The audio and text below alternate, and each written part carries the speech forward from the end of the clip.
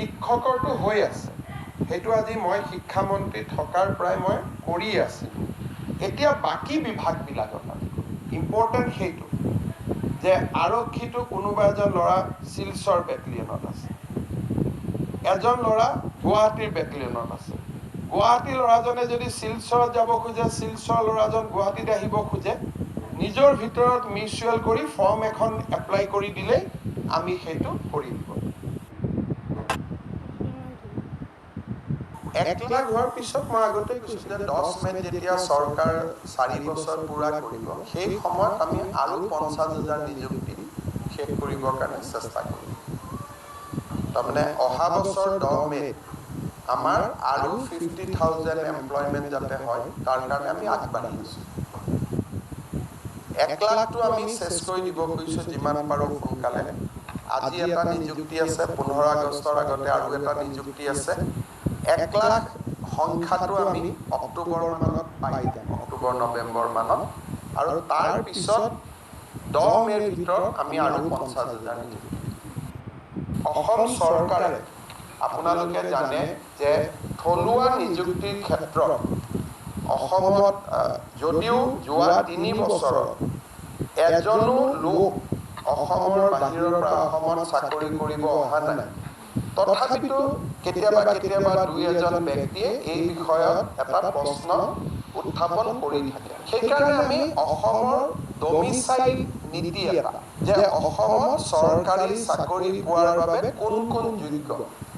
এই ডমিচাইল নীতি এটা আমি খুব সোনকালে প্ৰকাশ কৰিবৰ বাবে আমি সিদ্ধান্ত লৈছোঁ অসমৰ বিভিন্ন ব্যক্তিৰ লগত মই অনানুষ্ঠানিকভাৱে এই দিশত কথা পাতিছোঁ কিন্তু এই বিষয়ত সকলো বাদ বিতণ্ডা ওৰ পেলাবৰ কাৰণে প্ৰথমতে তৃতীয় আৰু চতুৰ্থ বৰ্গৰ কাৰণে পিছত আমি তাক আগবঢ়াই লৈ গৈ থাকিম এটা ডমিচাইল নীতি এটা আমি প্ৰস্তুত কৰিম আৰু এই মাহৰ ভিতৰতে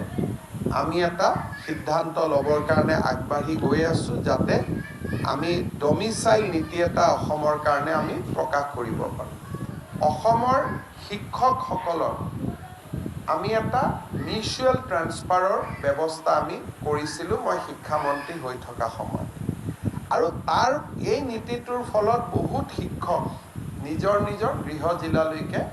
উভতি আহিব পাৰিছিল আমি যোৱা বছৰৰ পৰা এই বছৰ আৰু চলি থাকিব প্ৰায় মোৰ দেন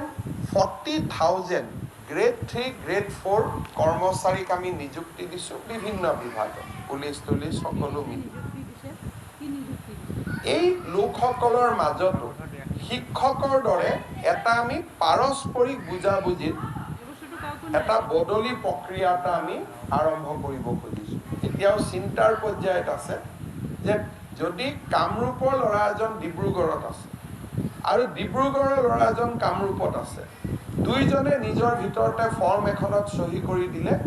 আমি তেওঁলোকৰ ট্ৰান্সফাৰ অৰ্ডাৰটো আমি উলিয়াই দিব পাৰিম ই অসমৰ বহুত চৰকাৰী কৰ্মচাৰীক সহায় কৰিব আৰু ই 3rd গ্ৰেড 4th গ্ৰেডৰ ল'ৰা ছোৱালীসকলে ঘৰৰ বা এটলিষ্ট গৃহ জিলা নহ'লেও তেজপুৰৰ ল'ৰাজন বৰাক ভেলীৰ পৰিৱৰ্তে যদি দৰং বা বিশ্বনাথতো কাম কৰিব পাৰে বহুখিনি সুবিধা হ'ব সেই দিশতো আমি কিছু কাম আগবঢ়াই লৈ গৈছোঁ শিক্ষকৰটো হৈ আছে সেইটো আজি মই শিক্ষামন্ত্ৰী থকাৰ প্ৰায় মই কৰি আছিলোঁ এতিয়া বাকী বিভাগবিলাকত ইম্পৰ্টেণ্ট সেইটো যে আৰক্ষীটো কোনোবা এজন ল'ৰা শিলচৰ বেটেলিয়নত আছে এজন ল'ৰা গুৱাহাটীৰ বেটেলিয়নত আছে গুৱাহাটী ল'ৰাজনে যদি শিলচৰত যাব খোজে শিলচৰ ল'ৰাজন গুৱাহাটীত আহিব খোজে নিজৰ ভিতৰত মিউচুৱেল কৰি ফৰ্ম এখন এপ্লাই কৰি দিলেই আমি সেইটো কৰি দিব